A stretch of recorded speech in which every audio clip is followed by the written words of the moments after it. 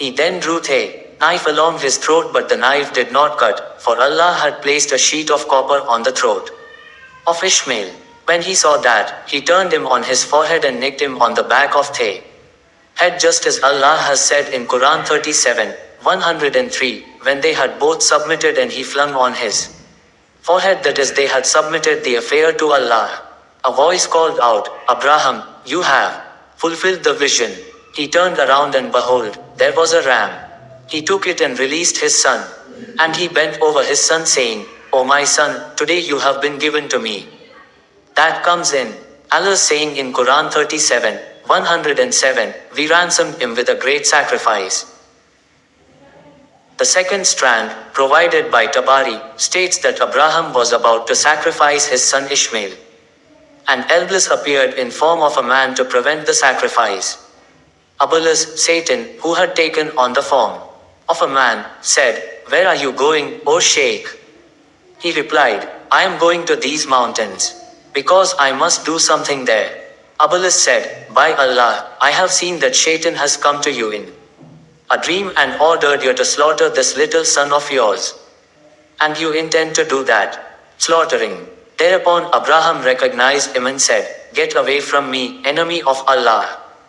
By Allah, I will most certainly continue to do what my Lord has commanded. Iblis, the enemy of Allah, gave up on Abraham, but then he encountered Ishmael, who was behind Abraham carrying the wood and the large knife. He said to him, O young man, do you realize where your father is taking you? He said, To gather wood for our family from the mountains. He replied, By Allah, his actual intention is to sacrifice you. He said, Why? Please replied, He claims that his Lord has ordered him to do so. Ishmael replied, He must do what his Lord commands, absolutely. When the young man had rebuffed him, Iblis went to Hagar, the mother of Ishmael, who was still at home. Iblis said to her, O mother of Ishmael, do you realize where Abraham is going with Ishmael? She replied, They have gone to gather wood for us in the mountains. He said, He has actually gone in order to sacrifice him. She replied, It cannot be.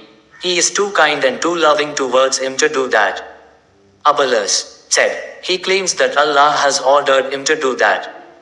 Hagar said, If his Lord has ordered him to do that, then he must submit to the command of Allah. So the enemy of Allah returned exasperated at not being able to influence the family of Abraham as he wished. Abraham encountered several miracles of Allah during his lifetime. The Quran records a few main miracles, although different interpretations have been attributed to the passages. Some of the miracles recorded in the Quran are: Abraham was shown the kingdom of the heavens and the earth. Abraham and the miracle of the birds. Abraham was thrown into a fire, which became cool and peaceful for him. The passage has been interpreted both literally, allegorically, and otherwise. Although some commentators feel that this passage referred to a physical miracle, where Abraham was physically shown the entire kingdom of heaven, Jannah, others have felt that it refers to the spiritual understanding of Abraham. These latter scholars maintain that the Chaldeans were skilled in the observance of the stars, but Abraham, who lived amongst them, saw beyond the physical world and into a higher spiritual realm. The second passage has one mainstream interpretation amongst the Quranic commentators, that Abraham took 4 birds and cut them up, placing pieces of each on nearby hills. When he called out to them, each piece joined and 4 birds flew back to Abraham. This miracle, as told by the Quranic passage, was a demonstration by Allah to show how Allah gave life to the dead.